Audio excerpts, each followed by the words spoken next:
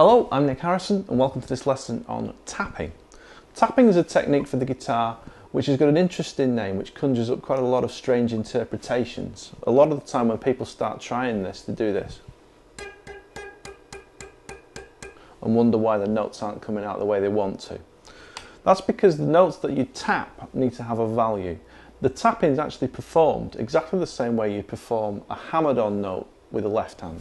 This is an E behind the 5th fret of the 2nd string. And now I'm going to hammer onto an F sharp behind the 7th fret of the 2nd string. Now the way that F sharp occurred was that I'd hit it hard enough with the 3rd finger,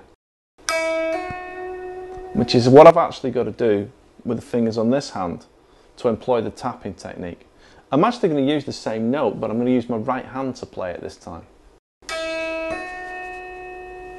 And it's still ringing on because I'm still holding that down. Holding it down for a length of time is important, and eventually after practice it can get a shorter and shorter length of time so that it can fit into a passage which is quite quick.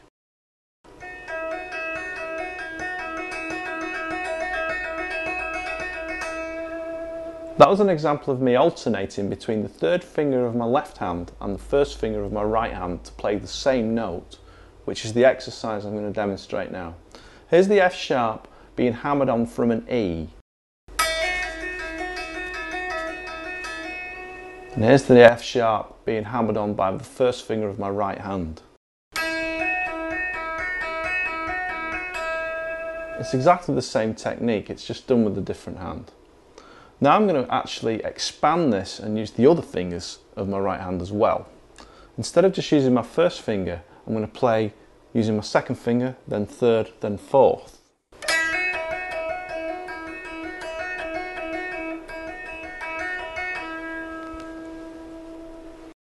Now although that's a little bit more difficult, it's worth doing because a lot of these fingers are going to waste on the tapping technique if people just stick to one finger.